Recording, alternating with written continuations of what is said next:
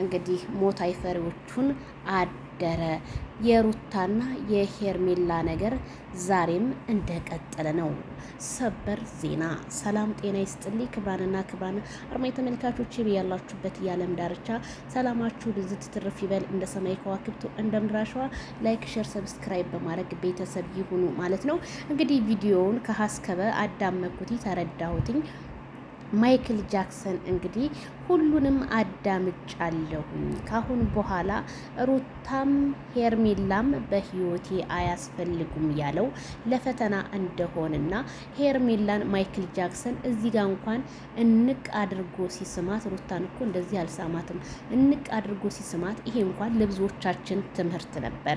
ታዲያ ማይክል ጃክሰን ያደረገው ነገር ትክክል ባይሆንም ግን ማይክል ጃክሰን ዛሬ ደግሞ ምን ይዞብን ይመጣ ይሆን ብለን በተስፋ ብንጠብቀው ግን እኔ እንዳንድ ኢትዮጵያውያን አብርሃም ታደሰ እኔ ስለ ሩታ ወክዬ ሳይሆን ስለ ሄርሜላ ወክዬ ስናገር ሄርሜላ በጣም ባለ ብዙ ውለታው ናት። ብዙ ውለታ ደግሞ የዋለችለትን ሴት በፍጹም ገፍቷት አይሄድም።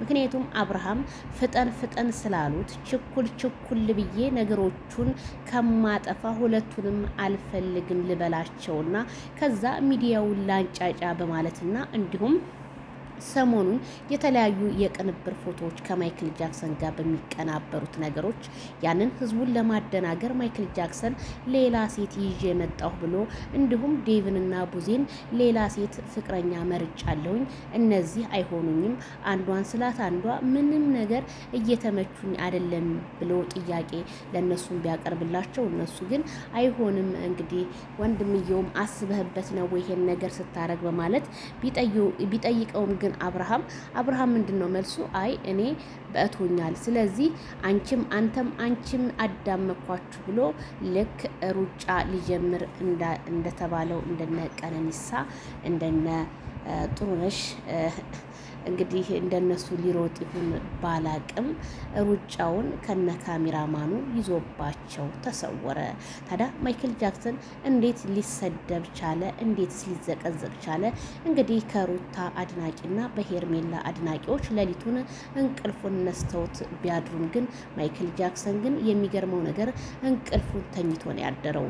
ታዲያ ቢሆን በዝምተኛዋ ገዳይ ሄርሜላ ከረሜላ እንቁዋ ጀግናዋ ሴት ምንም እንደዚህ እንደማንኛውም ሴት ያዙ ልቀቁ ሳትል በትህትና ነገሮች ሁሉ አዳምጣ ሲሄድ በማሰናበት ሲመጣ በመቀበልና እንዲሁም እኛ ሄርሜላ እየወደደችው እኛ ደግሞ ሄርሜላ አብርሃም አይሆንሽም የምንላት ነገር ግን ነገ ጠዋት ተጠያቂዎች እንዳያደርገን ብዬ እኔም ከዚሁ አስባለሁ።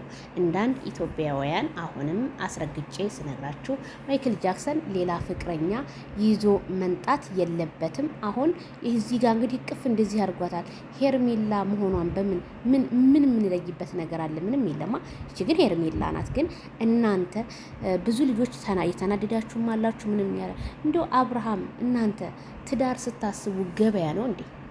ሲፈልግ የሚተው ሲፈልግ የሚገዛ ገበያ ነው እንዴ ትዳር? በነገራችን ላይ አብርሃም በአመት እንትና ፍቅረኛ እንትና አብርሃም ጅል አደረጋችሁት እንዴ? እሱ እኮ እነዚህ ልጆች ፈተና አስገብቷቸዋል። ሩታ ምን እንደምትል ሄርሜላ ምን እንደምትል ባለፈው በቃ ከናንተ ህይወት ወጥቻለሁ ስላለች አብርሃምም ዛሬ ይሄንን አስደነገጣት እንጂ አብርሃም መቼም አላመመውም። እሺም አብርሃም እርግጠኛ ነኝ ተሽሎት ከመጣ በኋላ ጤነኛ እንደሆነ ነው ያየሁት። ስለዚህ አብርሃም ታደሰ ጸጉሩን ይቆረጥልን። ዜድ ይሄ ጸጉሩ ትክክል አይደለም አላችሁ። ይሄው ጸጉሩን ተላይቶ መጣላችሁ፣ ተስተካክሎ መጣ፣ እንደማንኛውም ወንድ መጣ። ስለዚህ አሁን ምን የምለው ሩታ ጥጓን ተያዝ፣ ሄርሜላ ከረሜላ ደግሞ ቀለበት ያሰርላት ስለሆነች ሄርሜላ ብዙ ጥያቄ ማንሳት ትችላለች። እንኳን ሄርሜላ አይደለችም እኛም ብዙ ጥያቄ ማንሳት እንችላለን። ለሰው ልጅ ሰው ነው መድኃኒቱ።